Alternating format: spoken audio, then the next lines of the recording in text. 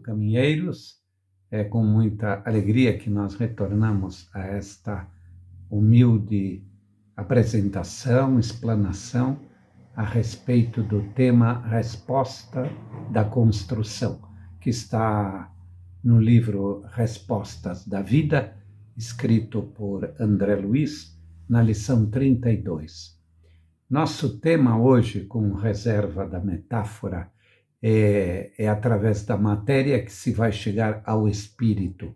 Ou seja, nós vamos começar pela razão, através de exemplos que André Luiz dá, para chegar ao emocional.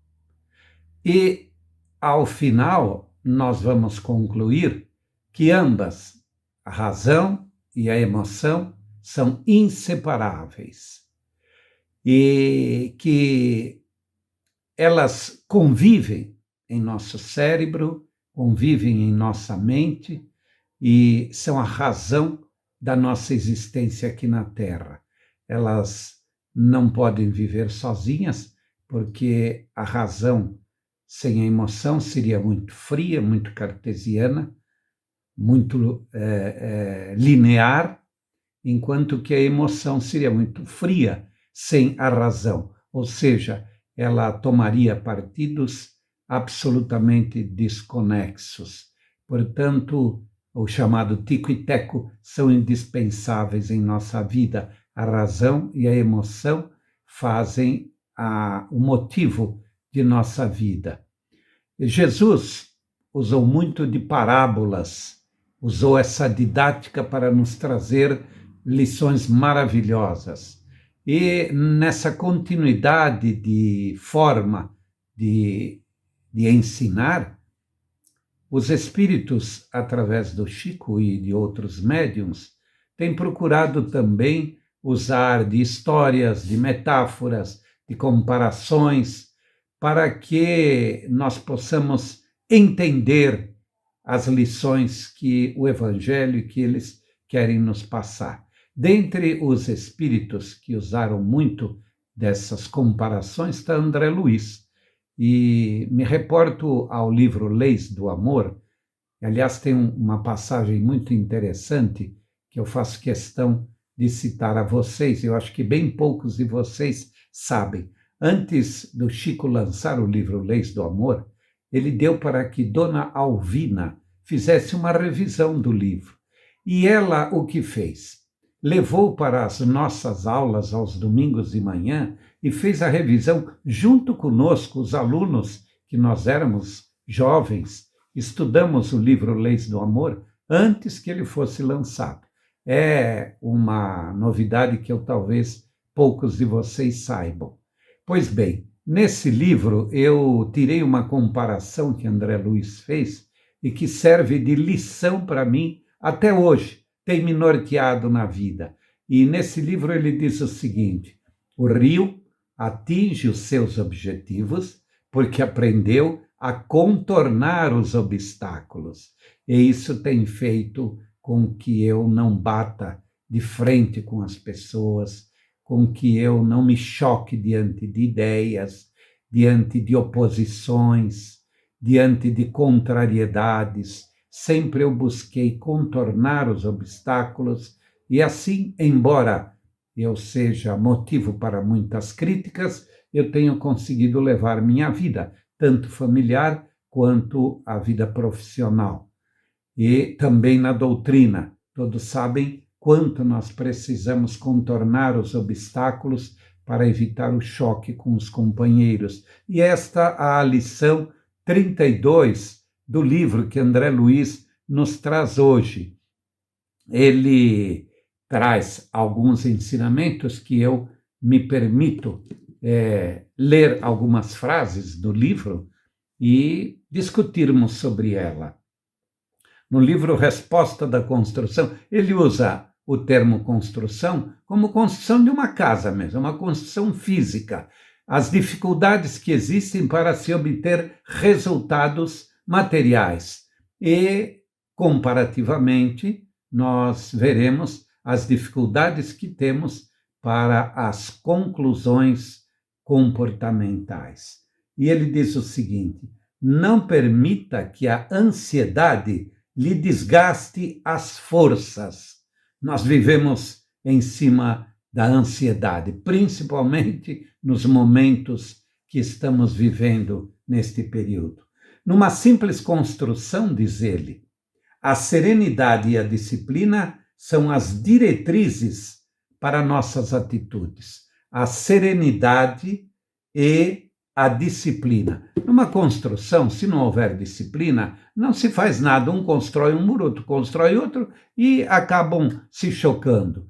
A disciplina está na ordem das coisas e não podemos deixar de lado a seriedade com que nós executamos os trabalhos. E assim também, se nós imaginarmos a construção de nosso caráter, de nossa personalidade, a construção das obras espirituais, as quais nós planejamos antes de reencarnarmos, se não tivermos também essa disciplina e a serenidade para o cumprimento delas. Vocês conhecem bem dentro da doutrina pessoas que decidem com prazo e outras que decidem de fogadilho. Pessoas que querem resolver tudo na hora. Falta a serenidade para um e talvez um excesso de comodismo para o outro. Por isso nós precisamos desse equilíbrio. Portanto, a serenidade é indispensável em qualquer momento de nossa vida. Por isso que ele coloca, com serenidade e disciplina, nós levantamos um prédio. E ele diz mais, a pedra submeteu-se ao martelo e fez-se alicerce. Olha que interessante. Os alicerces, apesar de que hoje são construídos com tijolos, mas a base do alicerce está no cimento, na areia e na pedra.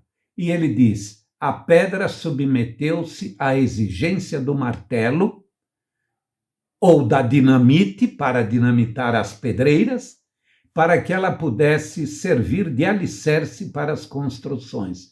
Ou seja, muitas vezes a nossa personalidade, o nosso ego é dobrado à custa de dor e de sofrimento, como se fossem martelos quebrando pedras. Aliás, falando em pedra, um pequeno detalhe, quem já esteve em Paraty, nessa cidade maravilhosa, vai ver que logo numa das entradas tem uma igreja muito próxima do mar, tanto que quando há uma enchente ou a maré sobe, chega quase aos degraus da igreja. Esta igreja conta, não sei se lenda ou se verdade, que ela foi construída com as pedras que os marinheiros traziam como lastro. Os marinheiros não, eram os piratas, traziam como lastro de seus barcos para, deixando em Paraty, levarem o ouro. E o interessante é que podemos até usar esta metáfora, transformar a pedra em ouro, eu diria transformamos o ouro em pedra, porque estes 2 ou 3 séculos que nos afastam destes acontecimentos, com certeza, estas pessoas que roubaram o ouro se perderam na violência, no poder, na morte, o ouro todo foi perdido, ninguém mais sabe dele. Mas a igreja está lá construída até hoje. As pedras que construíram, pedra sobre pedra, transformou-se num templo de orações. Então vejam que coisa maravilhosa que este ensinamento pode nos trazer, não é? A força do martelo, que transformou a pedra numa negociata com ouro, pirataria, hoje é uma igreja que serve para a fé e a confiança dos moradores de Paraty. E diz mais André Luiz, a madeira aguentou o serrote e converteu-se em utilidade, do piso ao teto. Ou seja, o assoalho onde nós pisamos, hoje não é tanto assoalho, mas a madeira que serviu para apoiar os alicerces, até o forro e as madeiras que apoiam o telhado de nossa casa, todas elas se submeteram ao corte do serrote. E se nós também quisermos ser úteis, como a madeira é útil, temos que nos submeter às dificuldades da vida. Veja, nós estamos passando por um verdadeiro serrote que vem cortando o pescoço de todo mundo no desespero dessa pandemia. Entretanto, quem tiver serenidade, disciplina, confiança, quem não se envolver com falsos e fakes notícias e manter o seu pensamento sóbrio, aceitar as dores que poderão ocorrer ou estarem ocorrendo em sua família, como eu tive esse testemunho, nós conseguiremos também servir de apoio para a construção de um telhado em nossa vida. E diz mais André Luiz: o barro suportou o fogo e ergueu-se em alvenaria. Aquele barro, aquela lama, não é, transformada em tijolos, indo para o fogo, se tornou forte, rígido e conseguiu erguer as paredes que apoiam os telhados. Os telhados formam as casas e as casas formam os lares. Lares, nós estudamos tanto isso em reuniões de pais e a doutrina fala tanto a diferença entre casa e lar. Construiu-se a casa com o barro, com o serrote, com o martelo, com as pedras e com as madeiras. Mas o resultado disso está no amor, na fraternidade, que nós conseguimos conviver dentro de nossa casa e transformarmos as paredes de alvenaria em lares de vibrações que são úteis e servem à manutenção da paz em nosso lar. E diz mais: o minério passou pelo calor da tensão alta e produziu o aço. O aço também, quantas vezes no meu trabalho eu visitava a Cozipa e via ali o fenômeno da transformação do minério no aço, que vem a construir os carros, as pontes, os viadutos, os prédios, tudo isso numa transformação dinâmica, porque nós também não fazemos esse dinamismo em nossa vida. Enfim, diz André Luiz, agentes diversos da natureza se unem e formaram a lâmpada que nos traz a luz do conhecimento, foi forjada no estudo, na disciplina, na temperança, no esforço de cada um. E para encerrar, porque estamos dentro do nosso tempo, ele diz: tudo na construção atende a planos de orientação, trabalho, obediência e equilíbrio. Orientação é o que recebemos desde que planejamos a reencarnação.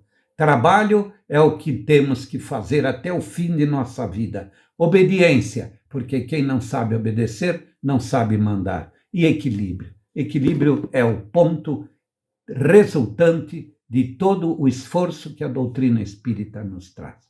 Muito obrigado, que esta lição resposta da construção possa também servir para que a gente se construa eticamente, disciplinarmente, comportamentalmente e possamos atingir os objetivos de nossa encarnação. Uma boa noite a todos. Muito obrigado.